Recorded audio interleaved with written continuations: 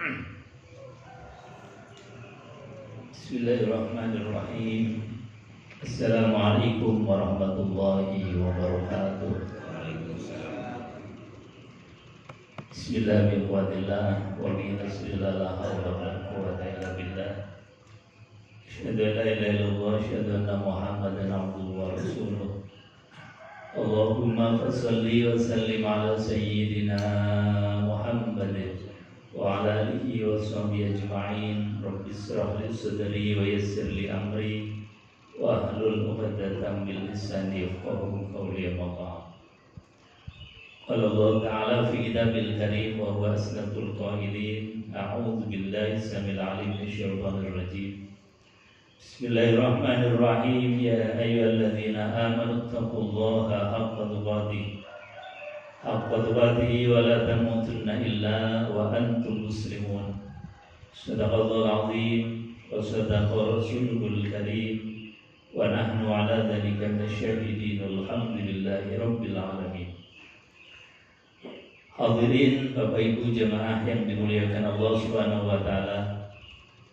Tidak henti-hentinya kita bersyukur kepada Allah yang telah memberikan karunia, taufik dan hidayah yang tidak kurang sedikit pun.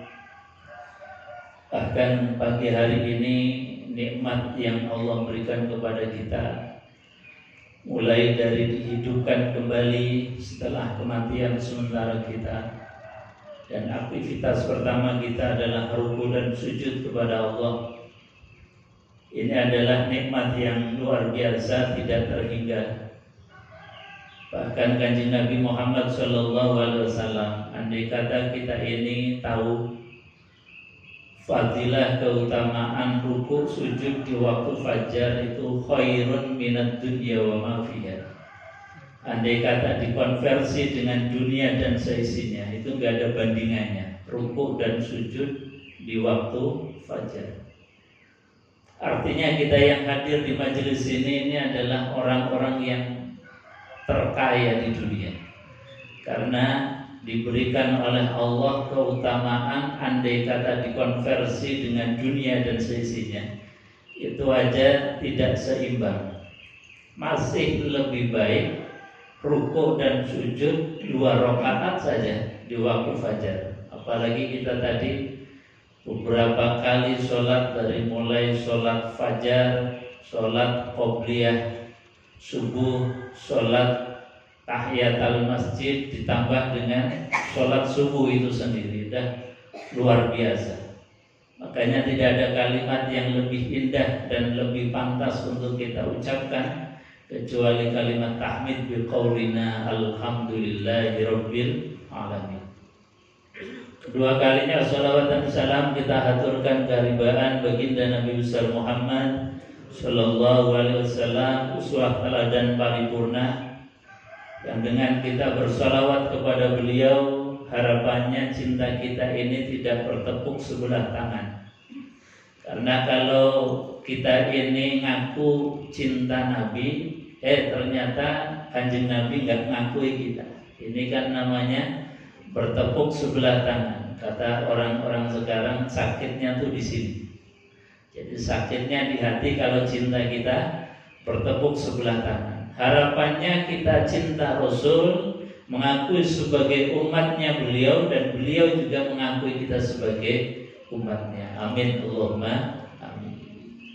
Di antara bentuk cinta kita kepada baginda Rasulullah SAW adalah tidak berhenti untuk belajar Al-Quran. Tidak pernah bosan membuka Al-Quranul Karim. Kenapa? Karena khuluquhul Quran, akhlaknya Kanjeng Nabi ya Al-Quran itu. Maknanya adalah ketika kita membuka mushaf, membuka Al-Quranul Karim ayat demi ayat, itu bagaikan kita face to face sedang bersilaturahim dengan Kanjeng Nabi Muhammad Sallallahu Alaihi Wasallam. Jadi ketemunya kita dengan Kanjeng Nabi adalah ketika membuka Al-Quranul Karim. Karena tiap ayat adalah akhlaknya Rasulullah SAW. Begitu indahnya Rasulullah, begitu menawannya Rasulullah yang akhlaknya itu tercermin di dalam Al-Quranul Karim. Maka pagi ini itu rasanya kita dibersamai dengan beliau Sallallahu Alaihi Wasallam. Rasanya kita ini dekat dengan Kanjeng Nabi. Rasanya kita ini dibersamai terus oleh beliau Sallallahu Alaihi Wasallam. Dengan cara apa? Dengan cara kita membuka mushaf, mempelajari ayat-ayatnya Allah Subhanahu Wa Taala, maka kita serasa melihat langsung keindahan baginda Rasulullah Sallallahu Alaihi Wasallam. Hadirin jemaah yang dimuliakan Allah Subhanahu Wa Taala, kita lanjutkan kajian tafsir Al-Quran Al-Karim masih pada surat Al-Baqarah. Sekarang di ayat 216. Di ayat ini Allah Subhanahu Wa Taala menyampaikan kepada kita.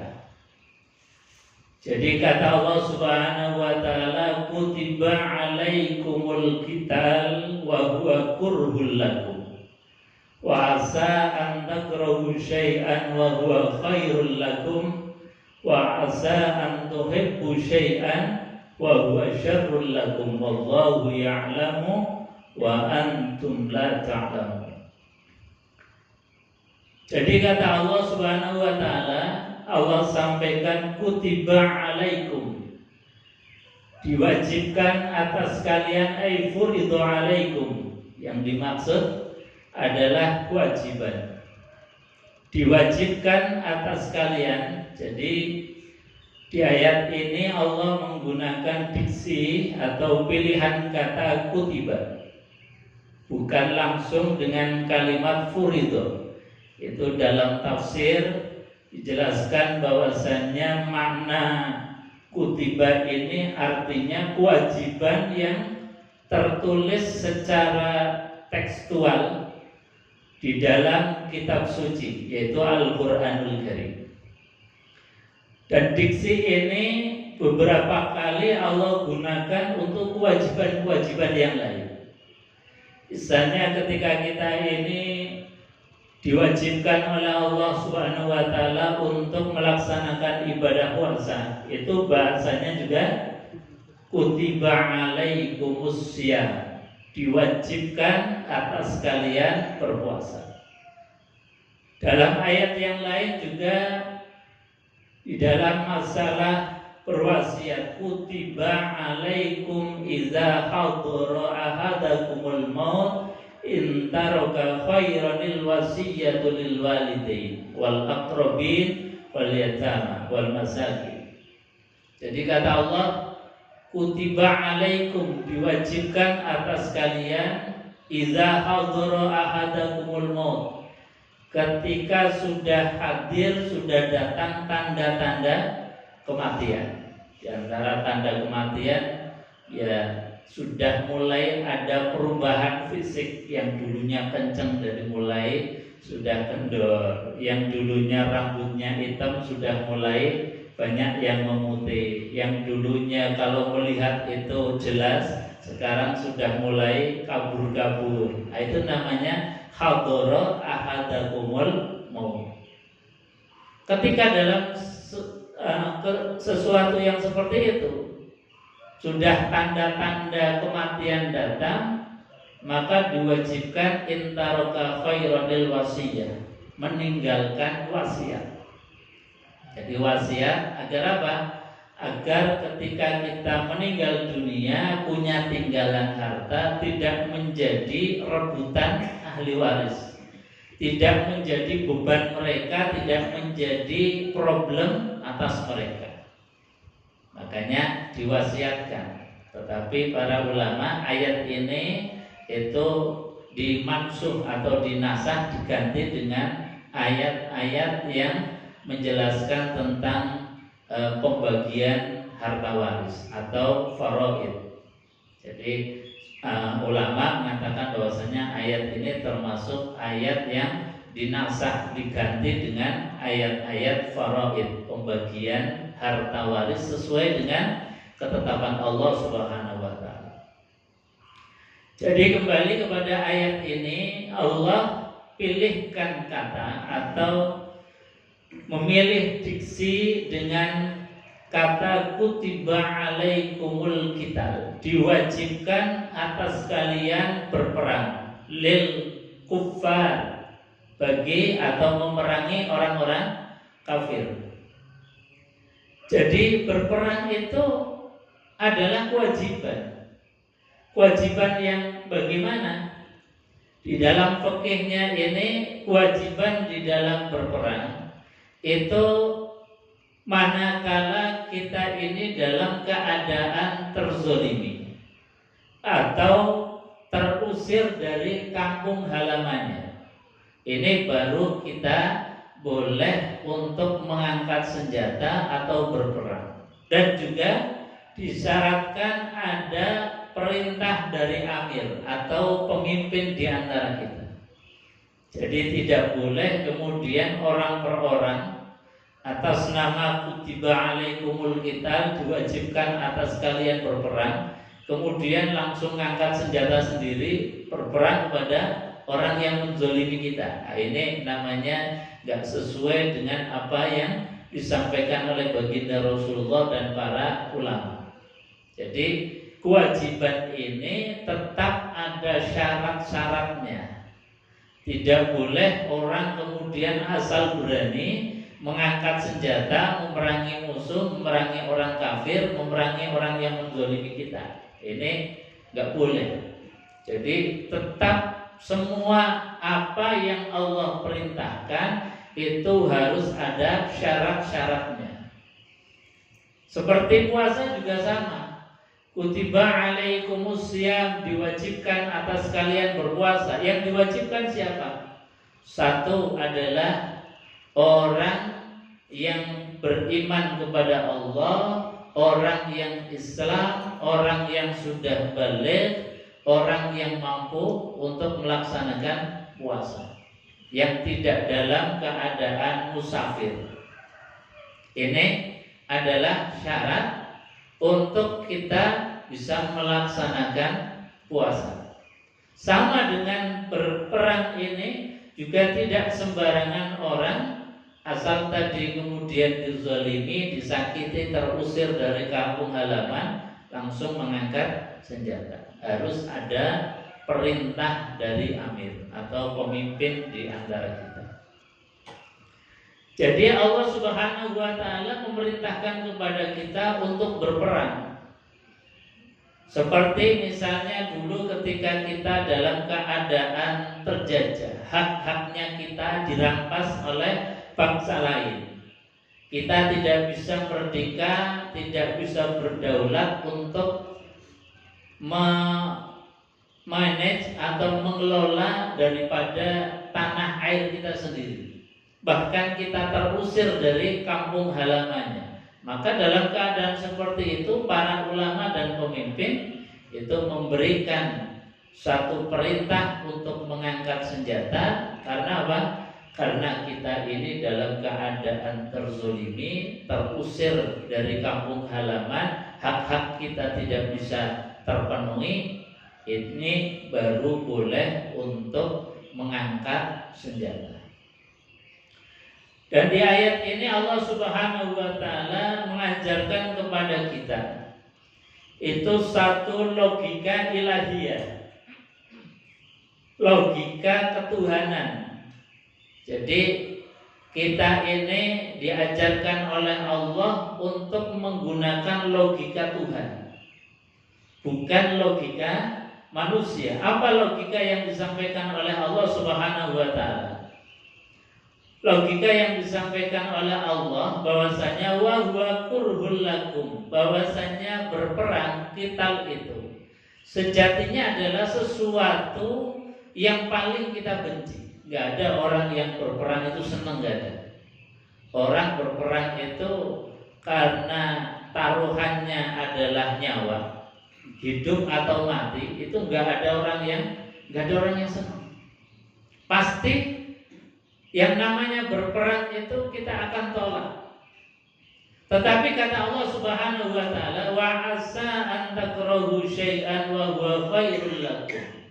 Kata Allah, boleh jadi yang menurut kalian itu tidak suka, kalian tidak maui, tapi sejatinya itu adalah khairul lakum, baik untuk kamu.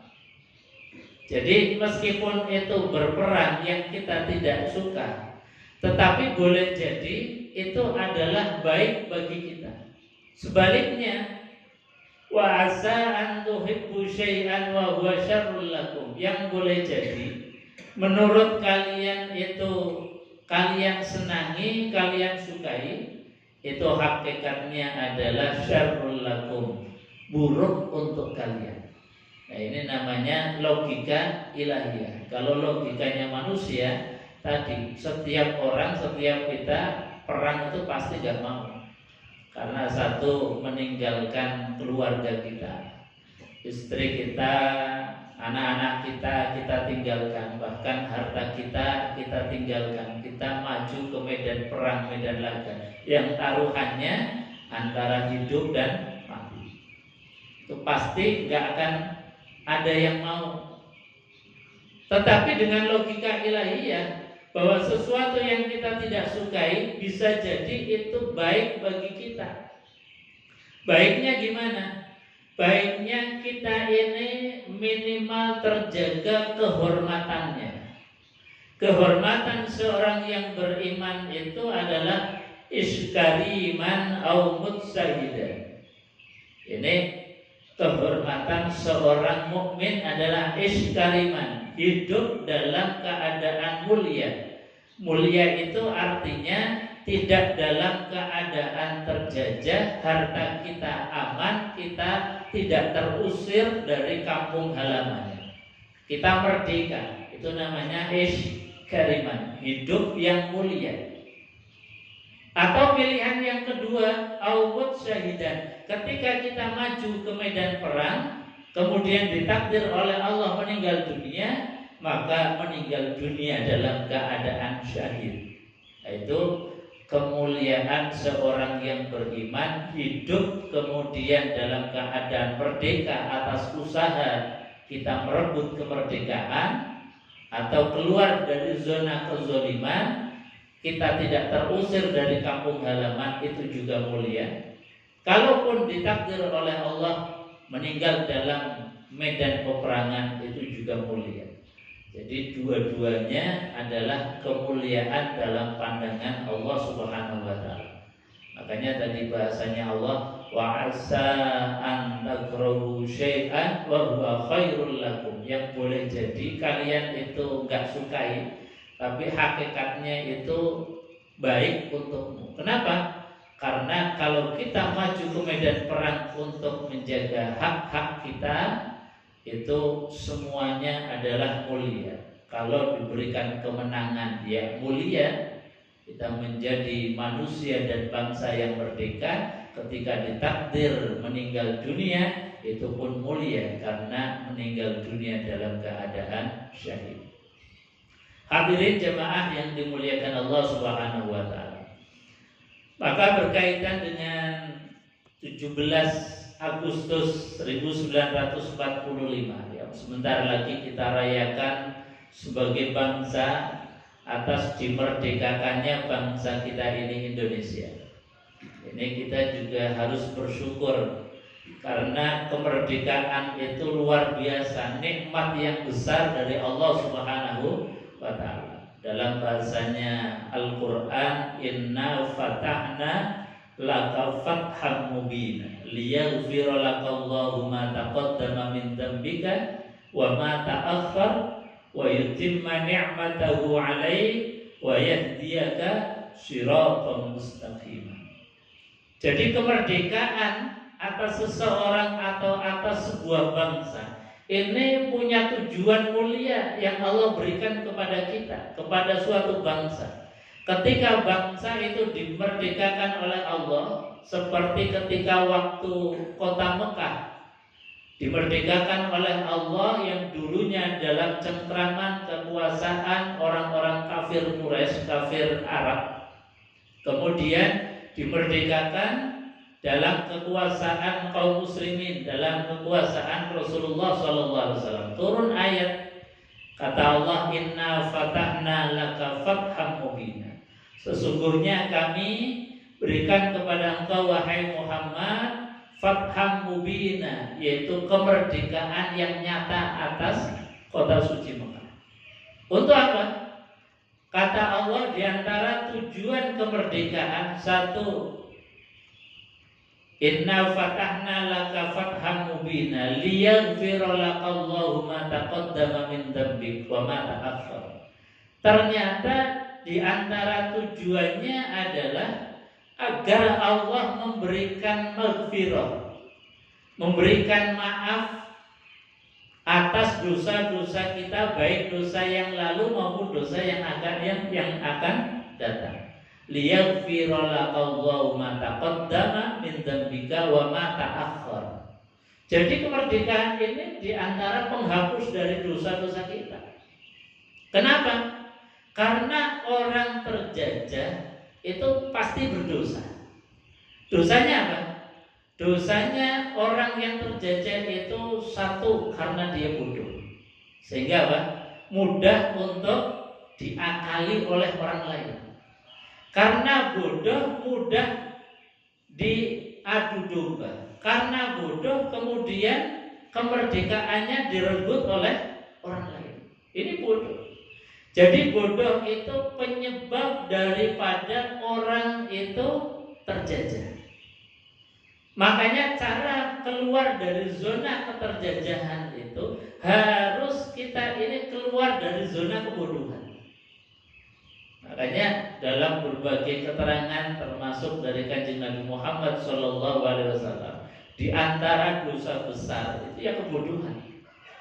Nggak mau belajar. Karena orang bodoh itu pasti akan menjadi cengkraman dari orang lain atau bangsa lain. Makanya kunci daripada kita keluar dari keterjajahan harus bisa menguasai ilmu pengetahuan. Allah Subhanahu wa Ta'ala ingin membebaskan peradaban itu dengan menurunkan Quran. Iqra bismi rabbikal ladzi khalaq, khalaqal insana min 'alaq. Jadi mengeluarkan manusia dari zona peradaban yang jahiliyah itu dengan diberikan nur cahaya ilmu, sehingga akalnya ini mampu untuk mengelola, menjadi khalifatullah fil ardh, menjadi amanah, bisa mengelola bumi ini dengan baik sesuai dengan harapannya Allah Subhanahu wa Ta'ala.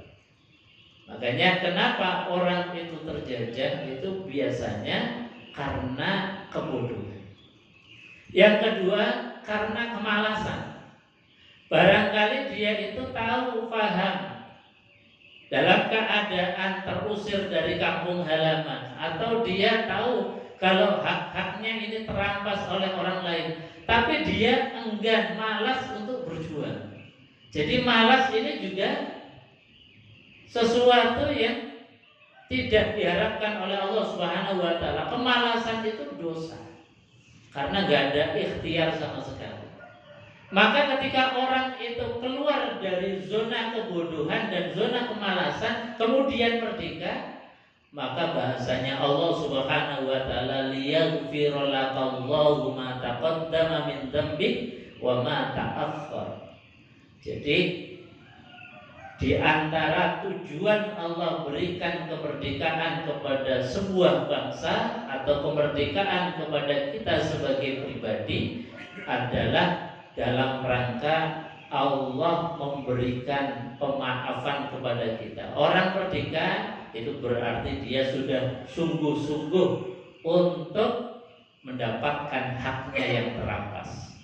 Orang yang merdeka berarti dia secara akalnya dia sudah tahu, sudah pintar bahwasanya hak-haknya kita yang diberikan oleh Allah harus dijaga dengan baik. Kenapa? Karena kita ini adalah khalifatullah fil ardh, menjadi wakilnya Allah di dalam menjaga amanat yang Allah berikan kepada kita.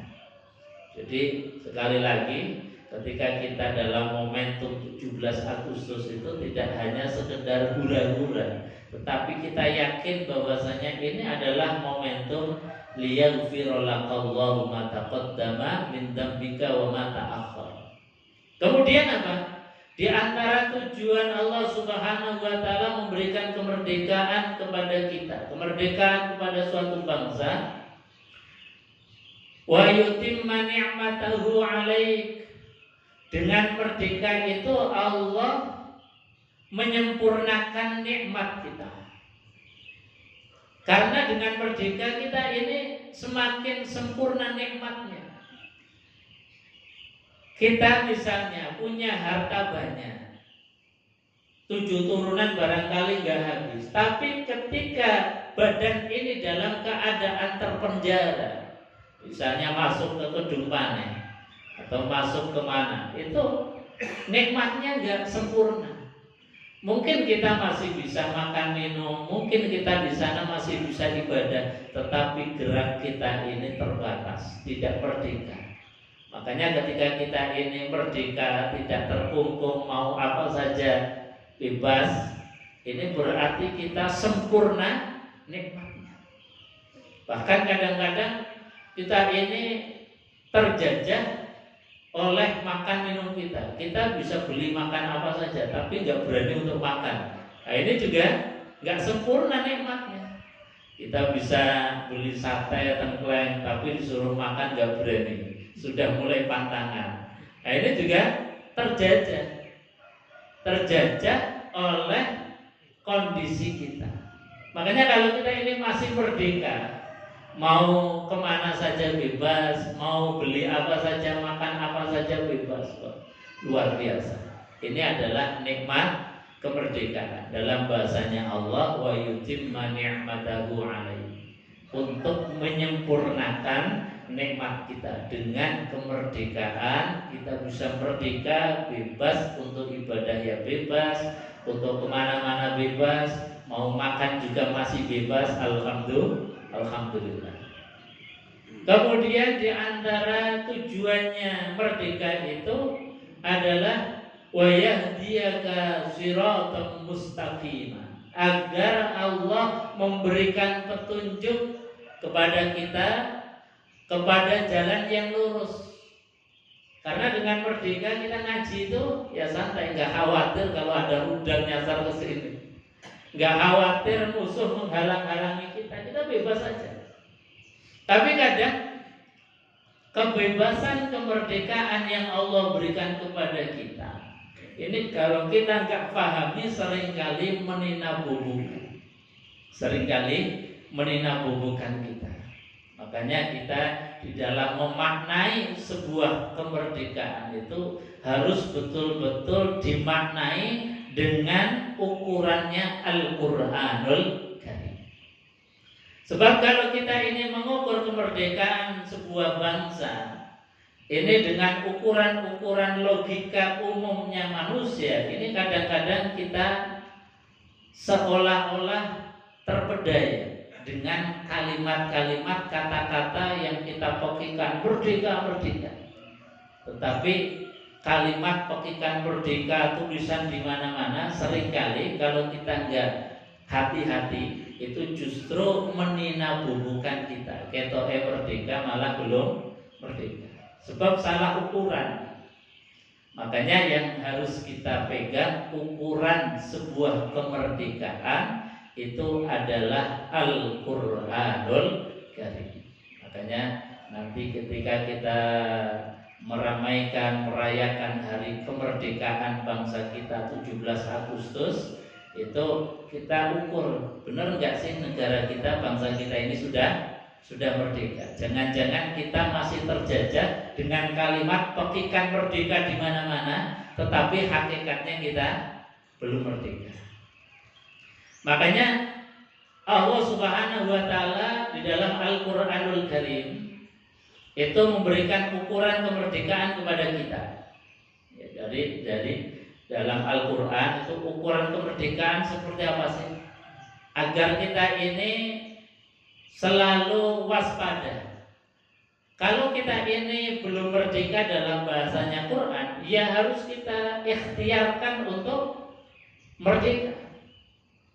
Kata Allah di dalam Al-Quranul Karim, hakikat dari kemerdekaan sebuah bangsa, wa idh qulna dkhulu hadhil qaryah fakulu minha haitsu syi'tum ragadan wa dkhulul baba sujjada wa qulu hittatun naghfir lakum khatayakum wa sanazidul muhsinin. Jadi bahasanya Allah ini mengukur sebuah kemerdekaan itu dengan cerita tentang kaum Bani Israel yang diberikan oleh Allah itu tanah perdikan. Tanah perdikan yang sekarang kita kenal dengan Palestina atau daerah Syam. Ketika kaum Bani Israel ini diberikan oleh Allah tanah perdikan, kata Allah, wa idh qulna dkhulu hadhil qaryah. Dan ingatlah ketika aku katakan kepada kalian, udkhulu hadhil qaryah, masuklah ke negara atau wilayah yang sudah aku merdekakan. Maknanya apa? Masuklah ke negara yang berdaulat, yang menjadi milik kamu. Ketika dalam konteksnya kita di Indonesia, syarat kita sebagai negara merdeka itu harus berdaulat. Kita menetapi negeri di mana tumpah darah kita, lahirnya kita, besarnya kita hidup di atasnya. Maka kita ini harus berdaulat, ngurus negara sendiri, harus punya tujuan sendiri, tidak diintervensi oleh orang lain atau bangsa lain. Jadi merdekanya sebuah bangsa itu harus berdaulat. Yang kedua, kata Allah Subhanahu wa taala, fakulu minha haitsu syi'tum ragadan wa dkhulul bab. Syarat sebuah bangsa itu merdeka itu harus fakulu minha, makanlah dari apa yang telah aku merdekakan. Makanlah dari hasil bumi yang telah aku berikan kepada kalian. Maknanya kita harus mengelola bumi merdeka yang Allah sudah berikan kepada kita dengan baik. Di dalam tafsir disebutkan memang Allah hanya menyebutkan satu item kebutuhan dasar berbangsa yang merdeka itu. Allah sebutkan fakulu minha, makanlah dari apa yang telah aku merdekakan. Tapi para ulama menjelaskan yang dimaksud adalah kebutuhan-kebutuhan dasar berbangsa itu harus mandiri. Satu, mandiri secara pangannya, harus kita bisa mandiri dalam masalah makan dan minum, karena ini kebutuhan dasar manusia, kebutuhan dasar di dalam berbangsa. Bahkan dalam teori sosial misalnya yang disampaikan oleh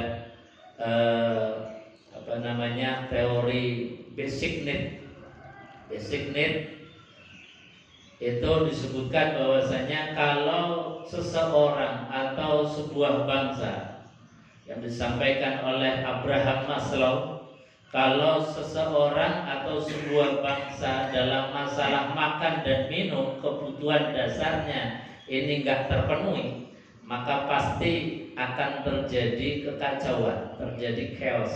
Kenapa? Karena kebutuhan dasar tidak tercukupi. Makanya Allah Subhanahu wa taala menyampaikan bahwasanya fakulu minha, makanlah dari apa yang telah aku merdekakan. Jangan sampai kemudian kita ini dalam masalah yang paling mendasar makan dan minum itu disuplai oleh bangsa lain. Pasti akan terjadi. Kalau kita dalam masalah makan minum membutuhkan dari bangsa yang lain, minimal harga akan dimainkan oleh mereka, stoknya akan dimainkan oleh mereka, sehingga apa? Sehingga kita tidak bisa rogodan haitsu syi'tum, tidak bisa menikmati apa yang kita makan. Beda dengan kita nanam sendiri, nandur sendiri, itu bebas. Mau pengen makan apa, nandur dulu. Makan pisang ya nandur pisang dulu, tela ya makan nandur tela dulu. Jadi kita bebas. Rogodan haitsu syi'tum itu maknanya kita bisa memilih apa saja yang kita inginkan. Tapi kalau kita ini semua kebutuhan dasarnya disuplai oleh bangsa lain, jangan harap kita menjadi bangsa yang merdeka. Jadi ini ukuran Quran. Kemandirian sebuah bangsa wajib untuk kita lakukan. Apalagi kita di Indonesia luar biasa, tanahnya gemah ripah loh jinami.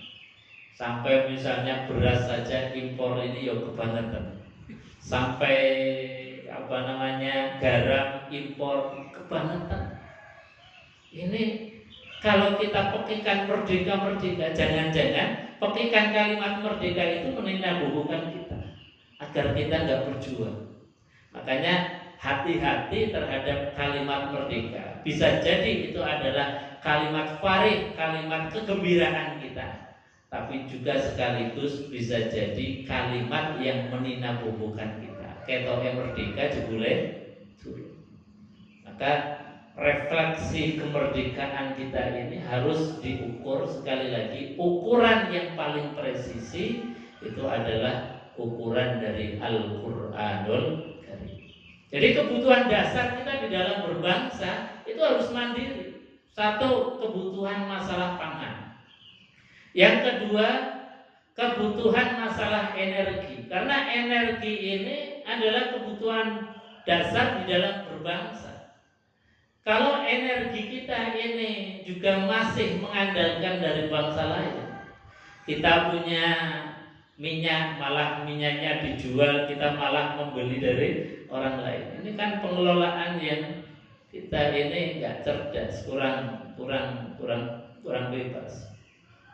Kita punya sumber daya energi yang luar biasa, dari mulai energi panas bumi, energi air, energi gelombang lautan. Semua kita ini hampir punya sumber-sumber energi, baik energi yang fosil maupun energi yang terbarukan kita punya. Dan kita sejatinya adalah pemilik daripada semuanya itu. Cuma tadi kita ini kadang dininabubukan. Jadi karena sudah kadung nyaman, kita nggak mau belajar. Akhirnya apa?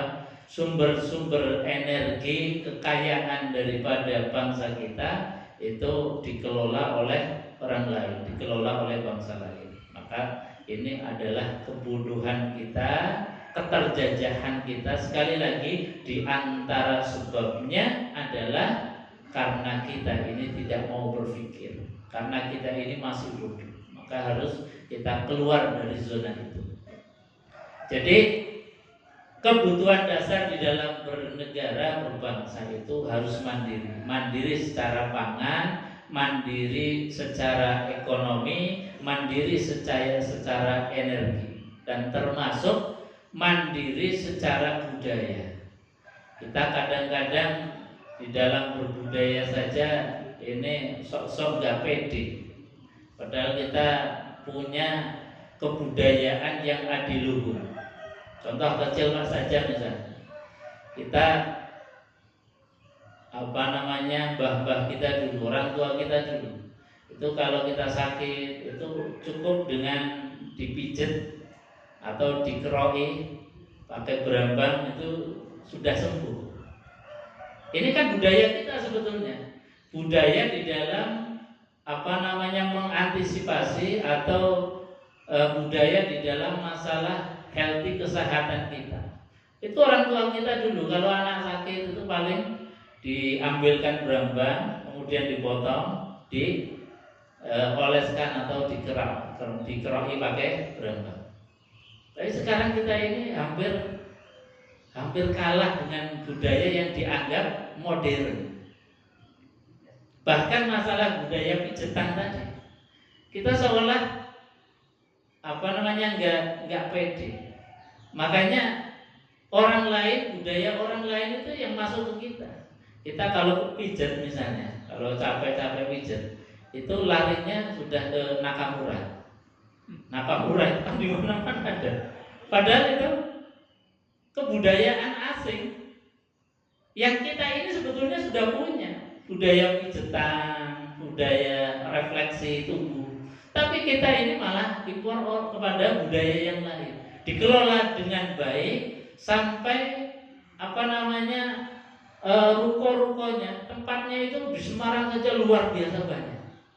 Andai kata kita punya tadi budaya tentang pijetan, kita bisa mengelola, bahkan kita bisa mengimpor produk budaya kita. Itu dari satu segi saja. Dan budaya-budaya yang lain termasuk budaya di dalam kita berbahasa. Kita seringkali nggak pede kalau kita menggunakan bahasa kita sendiri. Misalnya kalau di dalam birokrasi kita ada istilah kerja dari rumah, WFH. Itu janjinya kan kalau kita pakai kerja soko omah kan malah cetok. Tapi kita lebih pede menggunakan bahasanya asing, WFH, work from home. Jadi kita lebih pede dengan bahasa-bahasa lain. Padahal itu sekali lagi itu adalah mencerminkan bahwa kita ini tidak pede dengan budayanya sendiri. Dari hal yang kecil saja kita seringkali terjajah oleh bangsa lain. Padahal kita punya budaya yang adiluhung luar biasa. Cuman tadi cara cerdik orang-orang yang menjajah kita itu dengan memberikan sindrom kepada kita, sindrom ketidakpercayaan diri. Dan ini kalau dalam bahasa psikologis itu ternyata adalah satu penyakit yang luar biasa bahaya. Jadi kalau orang itu sudah sindrom, nggak punya kepercayaan diri, itu penyakit sebetulnya. Itu bahaya. Makanya menumbuhkan satu kepercayaan diri kepada kita, kepada sebuah bangsa, ini menjadi mutlak dan harus dididik mulai sejak kecil. Dididik dengan bahasa kita sendiri, dengan budaya kita sendiri, dengan kebiasaan kita sendiri. Sebab apa? Sebuah budaya itu pasti akan tumbuh dan berkembang sesuai dengan geografisnya masing-masing. Kalau kita ini geografisnya di Indonesia dengan memakai budaya dari produk lain, ya pasti akan jomplang nggak pas.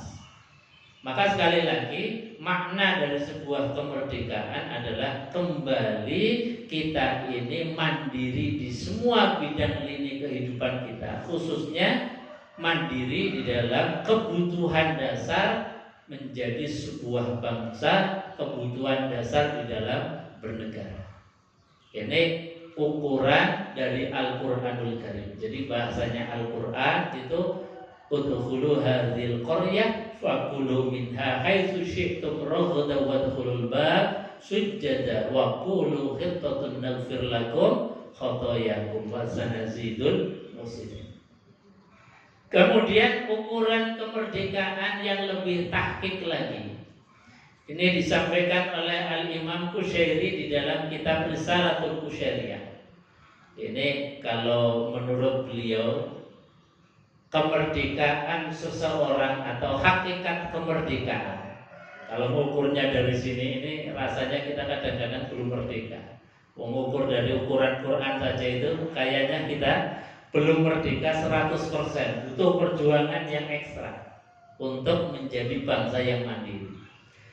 Dalam bahasanya Al-Imam Qushairi di dalam kitab Risalatul Qushairiyah itu beliau mengatakan bahwasanya seseorang yang merdeka adalah ukurannya ketika kita ini hanya mau dijajah oleh Allah Subhanahu wa Ta'ala. Ketika kita ini sudah bisa terlepas daripada keterjajahan makhluk, ini sudah merdeka. Jadi kalau Allah Subhanahu wa taala itu memanggil kita hayya 'alas shalah, kemudian kita berangkat dari rumah menuju masjid, nah ini pribadi-pribadi yang merdeka. Tapi kalau kita ini masih dinina-bobokan dengan dunia, masih kita ini sebentar lagi ini nanggung, ini masih banyak kerjaan, kemudian ditunda-tunda, tidak berlekas untuk memenuhi panggilan Allah, ini sejatinya kita masih dalam keterjajahan nafsu. Ini dalam bahasanya Imam Qushairi. Jadi orang merdeka itu adalah orang yang hanya mau tunduk kepada hukum-hukumnya Allah. Orang yang hanya mau untuk dijajah oleh Allah Subhanahu wa taala, terlepas daripada keterjajahan makhluk. Jadi meskipun kita ini misal ada rapat dengan bos, ada rapat dengan ketua, waktunya sholat ya kita undur diri dulu, izin kita mau sholat. Kenapa? Karena Allah sudah memanggil. Nah, ini berarti orang yang merdeka, luar biasa. Jadi sekali lagi ukuran kemerdekaan kita ini adalah ketika kita ini hanya mau mengikuti hukum-hukumnya Allah, hanya mau dijajah, diatur oleh Allah Subhanahu wa taala, berarti kita ini adalah pribadi-pribadi yang merdeka. Makanya mudah-mudahan kita yang hadir pagi-pagi subuh sudah di masjid, kita tinggalkan keluarga, tinggalkan rumah untuk memenuhi panggilan Allah Subhanahu wa taala, melaksanakan sholat subuh. Ini bukti bahwa kita ini adalah makhluk orang-orang yang merdeka. Amin Allahumma amin ya rabbal alamin. Hadirin jemaah yang dimuliakan Allah. Kemudian ayat ini ditutup dengan kalimat yang luar biasa, wallahu ya'lamu wa antum la ta'lamun. Wallahu ya'lamu, dan Allah Subhanahu wa taala ya'lamu, mengetahui, wa antum, dan kalian semua la ta'lamun, tidak mengetahui. Makanya kita di dalam kehidupan ini, barometer ukuran dan mindset kita itu harus disetting dengan mindsetnya Allah Subhanahu wa taala. Karena keterbatasan pemahaman kita, keterbatasan ilmu kita yang kadang-kadang memandang sesuatu yang sejatinya baik kita anggap buruk. Sesuatu yang kita anggap buruk kadang-kadang kita menilainya baik. Kenapa? Karena cara pandang dan mindset kita ini yang terbatas. Makanya untuk keluar dari zona itu, kita satukan antara pola pikir kita, mindset kita dengan mindset Allah Subhanahu wa taala. Jadi logika ilahiyah itu harus selalu kita tanamkan di dalam hati. Dalam pikiran kita menggunakan logika ilahiyah. Dengan cara apa? Ya terus menerus belajar Al-Qur'an, dinasehati dengan Al-Qur'anul Karim. Insyaallah antara pola pikir kita dengan apa yang dimaui oleh Allah Subhanahu wa taala itu nyambung. Jadi logika kita itu sudah sama dengan logikanya Allah Subhanahu wa taala. Hadirin jemaah yang dimuliakan Allah, saya kira itu untuk kajian pagi hari ini, mudah-mudahan ada manfaatnya. Sebagai penyempurna dari kajian, mungkin ada yang mau ditambahkan atau disampaikan atau ditanyakan, monggo silakan kalau ada.